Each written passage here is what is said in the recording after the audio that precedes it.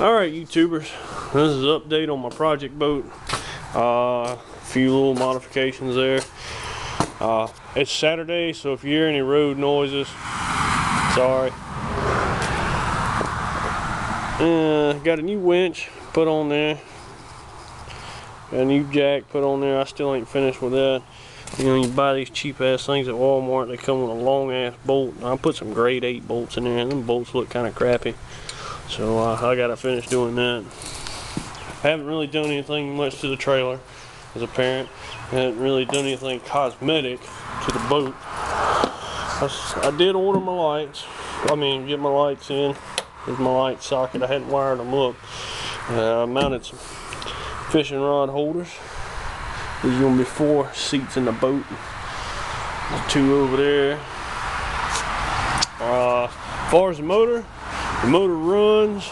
I had to change the coil. Had to take flywheel off. One of the coils exploded, so I went ahead and ordered a tune-up kit and 2 coils for it. Put those in. It started right up. I spun the starter maybe, I don't know, 2 seconds and it started up. And it ran, but it wasn't pumping no water, as you can see. The lower end's off. It's sitting up here. I'm waiting on a water impeller to come in. The vanes had done twisted inside. So I went ahead and ordered 2 of those just for backup. Put my starter solenoid in there because it calls for it to be in the back of the boat, but you know, hell with it. I'm gonna put it in the front right there. I know you didn't get a chance to look at the motor in the last video. This is it, the big twin 40. I did add the generator to it. Bought it off of eBay. The generator, the bracket, the belt, and the voltage regulator for it. Of course, I don't know how well it's going to work because of that right there, but that's to come find out later. Got it for 80 bucks. And I bought it. I didn't bid on it. I just bought it. So it mounted right up. Them 3 bolts right there. Mounted up. Perfect. So I got my generator on there. Got me a new fuel hose. You see, mine has a primer ball on it. Did a little wiring on it. As you can see, it's not too great right now. Just temporary, trying to get it all going, see what the hell's all wrong with it. There's a full start for it, but I'm still working on the engine, so I really hadn't put it back on there yet. Got me some courtesy lights to put on there, the little LED lights. I figured, you know, sometimes you fish at night, you want to tie your hooks on and everything, and you know, you need some light. Why fumble with a cumbersome lantern or anything like that? And you just flip a switch and these come on. So got those installed. And some of you may ask, so well, if you're redoing the boat, why are you installing all this crap? Well, that's a good question. The answer to that is that right there. What I'm doing is putting all the holes I need to put in my boat right now, put all the accessories in and everything. And once that gets all done, patch the holes that I don't need, then take all my accessories off. And then I'll know where all my holes are. I ain't gotta do nothing like that, try to guess, or you know, get it nice and finished and painted and try to drill a hole and scratch up my paint. There's my new bow light. Like I said, still ain't wired it up. I hadn't got me any cleats yet. I think I'm gonna get the fold down cleats that go in the truck. Maybe, I hadn't decided yet. Got some wires hanging down. And my throttle control right there is, you know, getting ready to be mounted, but I'm running into a problem. My control box for my shifter, because this is a manual shift, don't want to work right. So I gotta find some more shift controls. I might just buy a new set of controls altogether. Kind of update the boat. Ordered my steering cable and some springs, so that should be in a couple of days. My water impeller should be in a couple of days. It's, you know, Saturday right now, so there ain't too much going on as far as the mail. But they should be in. Went ahead and did the whole ignition tune-up kit. And, you know, it wasn't too bad. I got a climber manual for the motor, and I mean, it's nothing to it. Just having the time. I did have to buy a puller here, pull the flywheel off. That was a pain in the butt because it, you know, it hadn't been broke off in a while, and when I tried to break it, I had to get my buddy to help it, and it ended up pinching his hand. But it finally, when it goes, it goes. It just pops all at once. There's no creep to it. So, let's see, what else have I done? Yeah, I got a inboard battery charger somewhere I got to mount. I got my seats in, but I haven't been anywhere to get some plywood to form this up, and glass it in.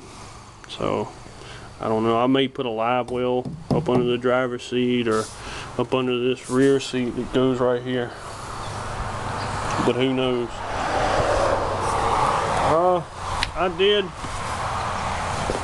instead of doing a key, because keys get lost, keys fall over the side of the boats, people steal your keys, crap like that, you lose them, whatever.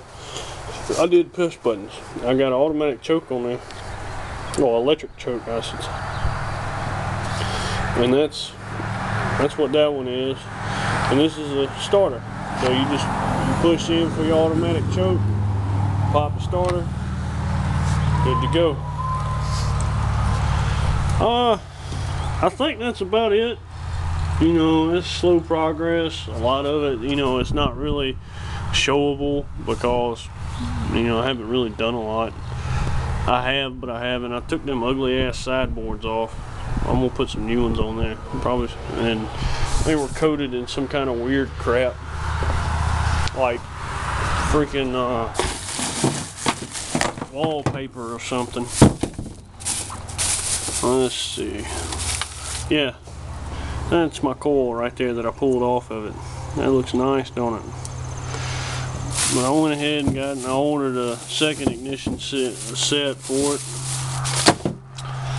That way I can, you know, have a backup. I ain't got to wait for parts to come in.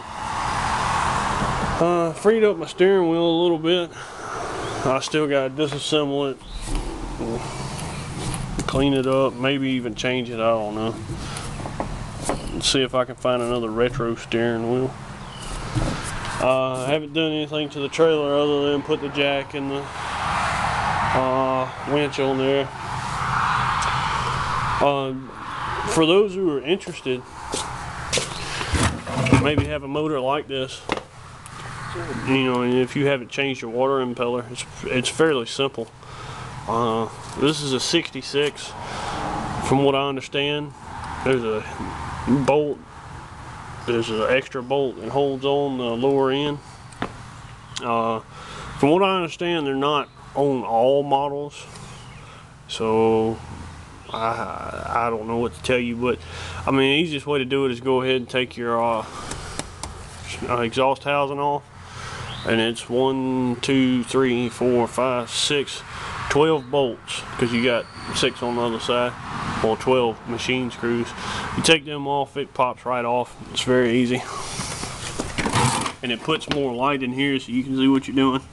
You take these 2 screws off for your plate, then you have another plate in there. You loosen the one screw down here, you take the top one out. If you drop it on the outside of the exhaust housing, you can get it out.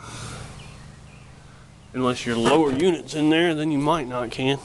But yeah, you should be able to get it out.